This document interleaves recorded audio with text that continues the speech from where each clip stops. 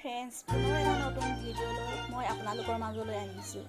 আশা কৰিছোঁ ভিডিঅ'টো চাই আপোনালোকে ভাল পাব আৰু সকলোৱে আঁকোৱালি ল'ব।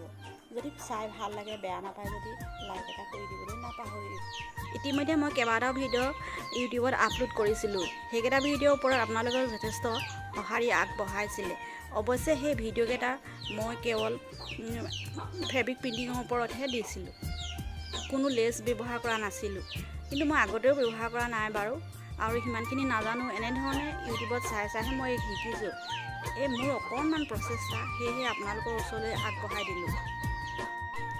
মই ইয়াৰ আগৰ ভিডিঅ'টো এযোৰ বগা কাপোৰৰ ফেব্ৰিক প্ৰিণ্টিঙৰ ওপৰত দিছিলোঁ। আপোনালোকে চাইছে নাই নাজানো, মই লাহেকৈ ছাইডত লগাই দিছোঁ আপোনালোকে।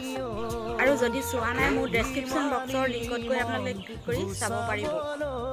এনেধৰণে আজৰি সময়ত আমি যদি আমাৰ নিজৰ কাপোৰযোৰ নিজেই হাতেৰে বনাই লওঁ, তেতিয়াহ'লে তাৰ আমেজটোৱে বেলেগ হয়, নহয়নে বাৰু?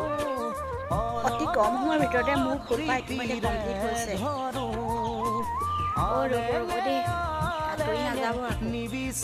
চাদৰখনৰ সম্পূৰ্ণ ফুলকেইপাহ চাই যাওক, প্লাছ ফিনিচিং কেনেকুৱা লাগে চাদৰখন। ফেব্ৰিক মই দুটাই ব্যৱহাৰ কৰিছোঁ। পাতখিলা সম্পূৰ্ণ সেউজীয়াকৈ ৰাখিছোঁ আৰু তাৰ ওপৰত শ্লাইডকৈ মই অলপ য়েল্ল' কালাৰটো লগাইছোঁ, এনেই দেখিবলৈ ভাল লাগে। তাৰপাছত মই শুকোৱাৰ পাছত কি কৰিলোঁ, গ্লিটাৰ ব্যৱহাৰ কৰিছোঁ। খুব ধুনীয়া এটা শ্বাইনিং আহে। প্ৰায় 1 ঘণ্টা 1.5 ঘণ্টাত মোৰ চাদৰখন কমপ্লিট হ'ল। শেষলৈকে চোৱাৰ বাবে